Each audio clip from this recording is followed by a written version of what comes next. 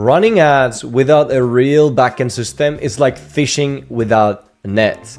You might get some bites, but you're not keeping anything.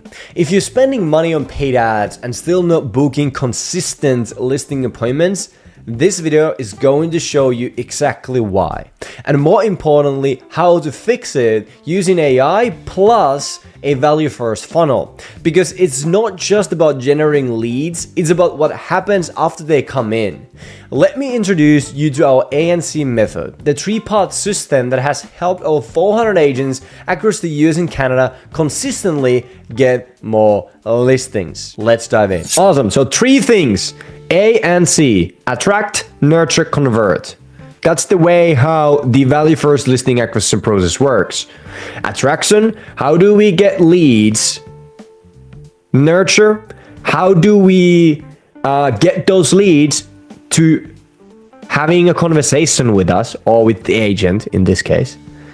And then convert, how do we turn those conversations to in-person appointments? And then from there, eventually to listing presentation and listings, right? So those are the 3 things.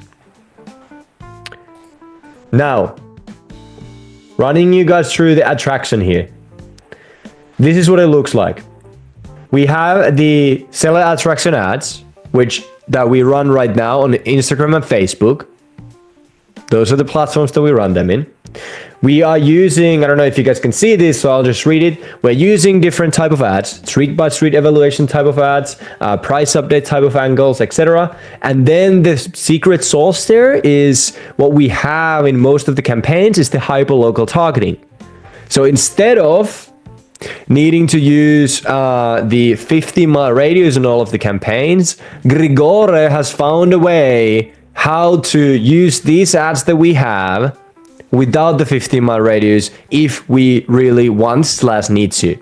Here's the thing though, we don't need to in every place. We don't even want to in every location because of the fact that at the end of the day, what matters is results. Getting leads in at the lowest cost. That's the main purpose on media buying end, right? So we drive them to a survey page, which is what we call lead scoring qualification process. What that really means is we have a survey there where we ask questions like address of the property, relationship to the property, potential time on the sale, name, phone number, email, as well as SMS/AI consent.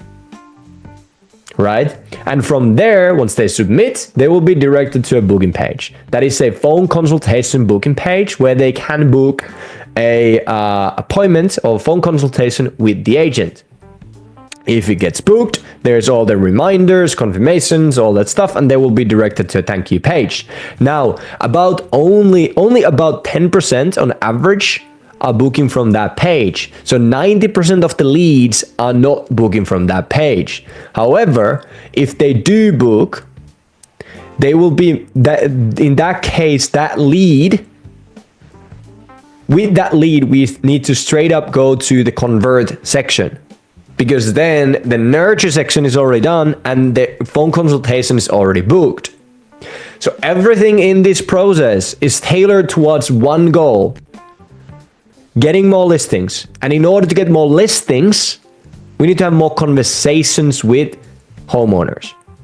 And because we need to have more conversations with homeowners, that means we need to get phone consultations. In the past, like 4 years ago, we didn't actually use the phone consultation. We just tried to drive everything to in-person every time, and we just called the leads and tried to get them straight up to in-person appointment without having that, the framework that, for example, Emmanuel has shared in the university, and like how to go about it, how to get them open up, how to, find the motivation, all that stuff, and then turn them into in-person appointment. That is the phone consultation. The quick call in order to get them, like you a bit more and trust you to invite to the property, right? So when we didn't have that step and everything was try towards just straight up to the in-person appointment without the agent being on the phone, the results were worse, a lot worse. There's a simple reason for that. just having that phone consultation, the phone call with the agent or someone from their team, increases rapport, increases trust, increases just the likelihood of them actually liking them, right? And once those happen, it's much easier to get the in-person appointment set with the right expectations, and actually then eventually turn that into a proper relationship that will turn into, listings and money. So that is why it's crucial that the agent or someone from the team is actually having those consultations in most of the cases. That's why also the voice AI purpose in this process makes a lot of sense. More about that in a second. Now, if they didn't book from that booking page, as I said, about 90% of the people do not book from that booking page. So only about 10% does. How to know if this number is true? You can go into, just take 5 clients, go to their sub accounts, go to sites, funnels, home mailer funnel, go to the booking page, open stats, and you will see that 4 out of those, or at least 3 out of those 5 accounts that you randomly select have about 10% booking page from that page, right? But that's out of the point. Now, so the people who didn't book, so the 90%, they will then be transferred to the nurture step. And on the nurture step, this is where the lead opt-ins are, right? The ones who did not book an appointment from the booking page, but they are the lead opt-ins. This is what the leads that the SMS AI is contacting in 30 seconds, right? And the workflows are happening and all that stuff. Trying to get them engaged so that the agent can have conversations with those leads, and then get them on the phone to have the phone consultation, and from there to in-person appointment. Obviously, right now, about 10-ish% from those 90% who didn't book from the booking page, about 10-ish% are going through the SMS AI onto a phone consult. And then the rest, if the agent does not have an ISA or AI ISA, the rest are something that the agent should go after and start calling. In this one, which I have also opened up in the online lead follow-up framework, there's like the things that the agent should do. They should call within 3 minutes and call again if no pickup, and do double dials, all that stuff, and continue to follow up. And here's more about like the follow-up plan, but also there's a separate framework or like thing also that's in the university that goes more in depth on the follow-up process for the opt-in leads. Right? If they do have a voice AI, the voice AI will actually, now after they update, will dial them. Cameron, can you add on 3 more minutes? Will dial them within 2 minutes if they didn't book from the booking page, or they didn't book through the SMS AI, the phone ISA, the AI ISA will then call them within 2 minutes from them opting in. So if they didn't book an appointment within 2 minutes of them opting in, the voice AI will start to dial those through if they have a voice AI in their account. The process with that goes like this: dial within 2 minutes if they haven't already booked an appointment or the phone consultation. If they do not pick up, it will double dial. If they do not pick up, they will call again. They will call again in 1 hour. Okay? If we are within 9 a.m. to 7 p.m. in their time zone. And then the next day, you will call morning as well as afternoon, or after 5 p.m. And then for the first 7 days, it will call once a day. And then it will go to day 14, day 30, day 50, day 70, day 90. So it will continue to follow up 90 or the first 90 days, the voice AI side of things. The first 7 days is like more so power follow-up. Obviously, on top of that, even if they would have a voice AI, I highly recommend the agent also, let's say they have a lead who's been there in the pipeline for like 40 days. I would still, have dialing sessions and call leads for sure. Why not? That increases the likelihood of getting more. But that at least makes sure that no one falls through the cracks. If the voice AI books a phone consult with the agent, then the agent will get a notification, it will get an invitation, it will get a confirmation, all those different things. It will also leave notes to the notes section for the agent about the call, as well as the agent can see and hear the call recording in the conversations tab. The same way as normal ISA would have called the lead. That's pretty much it. If they do not book, it will also send a summary of the call. So if they got on the phone but they didn't book the appointment, they will send the AI will send a summary of the call to the agent.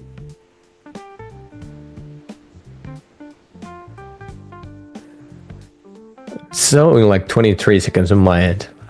Sorry, add on 2 more minutes. Cool. So yes, it will leave, even if it didn't book a phone appointment, but they were on the phone with the lead, they will leave notes, as well as the call recording, as well as email a summary to the agent. Oh, sorry, it will leave the summary to the notes. Once it books, it will also email the summary to the agent. So that way the agent always know what happened on the call. And they can see from the summary, like, okay, what's going on? Should I maybe actually also go in and just like call them again? In most cases, maybe. Yeah, we'll see. Cool. So that's pretty much it. So right now we have covered the attraction and nurture. Attraction, getting leads within within KPI. So CPL, cost per lead, under 30 is the KPI. That's the goal. Obviously, in some markets, it's slightly higher, which is fine because, then the home prices are also higher and normally there's less competition and that sort of things. Cool. Then the nurture, how to get those leads on the phone and having those phone consultations. And then we go on the convert piece, which is the conversion mechanism.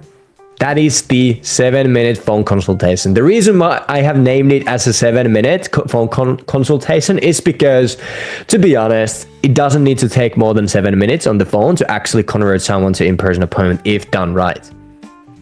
We know that, right? So from there to in-person appointments, and here's also the conversion rates, all that stuff, which you already obviously know, which is cost per lead, $30. 30% conversion from lead to consultation or conversation, and then 33% from conversation to in-person appointment, aka 50 leads equals 5 in-person appointments, which should equal about 1 listing when done everything correctly. And the convert piece here, so conversion, the consultation, getting that into in-person. Dang, I gotta be faster. Well, getting that into in-person appointment and turning that. So this is, for example, what Nick Moretti is doing. He's setting those in-person appointments. He's not setting them in a way like, I'm gonna go in there and do a listing presentation. No, he's going in there to do a proper CMA walkthrough, and in-person CMA appointments. That during that appointment, he can turn that into a listing presentation, right? So he's approaching by, I'm gonna provide more value to this person, and having the CMA walkthrough appointment there, and turning that into a listing presentation. And then with those people, getting some of them signed and some of them into follow-up pipeline, and all that stuff, right? And it's a flywheel effect. So once if we get someone on the phone, and we didn't set up an in-person appointment, we put them into short-term or long-term lead stages, or the agent does, depending on where they're at in the journey. And then once we follow up, and get them into in-person appointments. That happens eventually.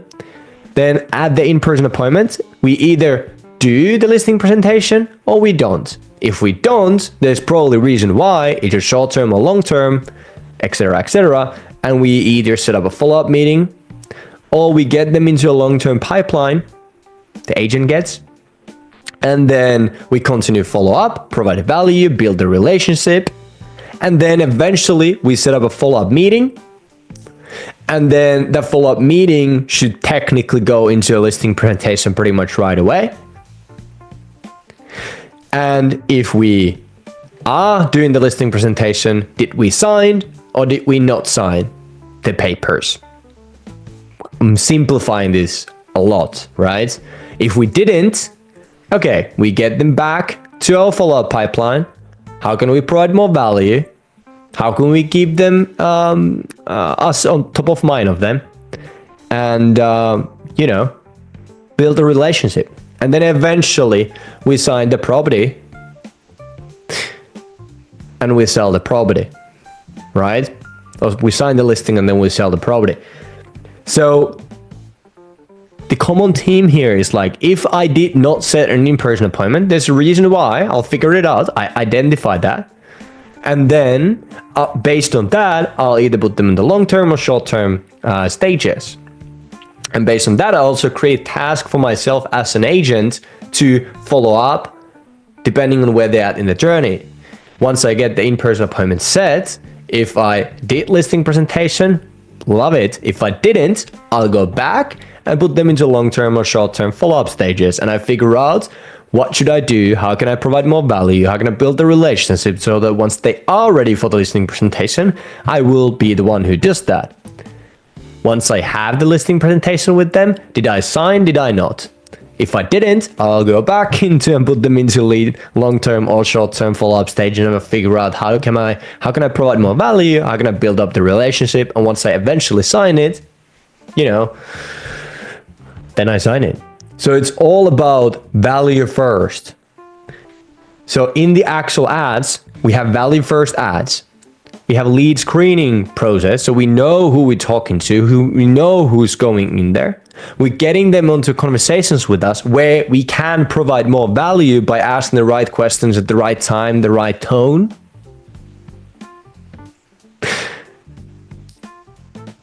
And find a way, how can we provide more value? And then in the nurture step as well, obviously, we are approaching the whole thing by like, hey, I have this thing that's valuable for you. I want to give this to you because you wanted it. In order for me to give that to you, I need to talk to you, right? So getting those onto consultations with value first. And then once we get them, as I already said, once we get them into the phone consult, there we approach using the lead call framework we have in the university. And in that as well, we're constantly trying to find out, how can I help this person? We're not trying to disqualify them. We're trying to qualify them in a way that, we're trying to qualify us for them, or the agent will, right? How can I provide more value? And then going from there, and then eventually setting up the in-person appointment. Obviously, that is when we are on the phone and we figure out how can we provide more value, the logical step is like, hey, I need to come by so that I can do this thing for you, which is valuable for you, right? And then that's the way how we provide value. And we go into the in-person appointment, not to like, hey, I'm the right person to sell your property, but hey, this is the way I'm providing you value. I'm coming by, I'm doing this thing for you. If you like it, cool. We can talk about the next step. If you don't, that's totally fine as well. At least I can get some more, I don't know, we can have some fun together. Whatever, right? Yeah, sip some coffee. And then from there, getting the listing papers signed. So we're not trying to think, and the agent should not be thinking, how can I get the listing signed? But more so, how can I provide so much value during the whole freaking process that there's no other logical way than to, hey, I will want to sell with this person. And I want to do it as soon as I can. whether it's now or in 3 months from now, but you are the guy. You are the gal, right? So constantly looking for value. And that is why also it's called value first listing acquisition process. It's super simple. There's nothing too fancy. There's nothing complex. It's literally just the most simplest, I don't know how to pronounce that, ads that we know works to bring leads that we can have conversations with that turn into in-person appointments where we provide value, and those turn into eventually money. But value and relationship first, right? And as every real estate agent says, real estate is a relationship business, hence why we have to provide value because of that. Now, if you want us to install the value first listing acquisition process into your business and potentially even build you the AISA on top of that, now granted that it's an upgrade that you can get once you are a private client, but if you want us to install the value first listing acquisition process into your business so that you can attract, nurture, and convert more leads to listings consistently, and that way grow and scale your business, then click the link in the description. There's a link to another video that goes over again the process as well as the 2 reasons why it works so damn well, plus results, all that stuff that you probably wanna see and hear of those over 400 agents at this point. But go check it out, click the link in the description, and you know, after you've done that, there's a schedule an interview button. Click that, schedule your call with my team, and they're gonna walk you through the game plan and see if we could potentially help you get more listings and grow your business. Now, that's pretty much it. Go click that, go watch it, schedule a call with my team, and if nothing else, I'll see you on the next one. Ciao.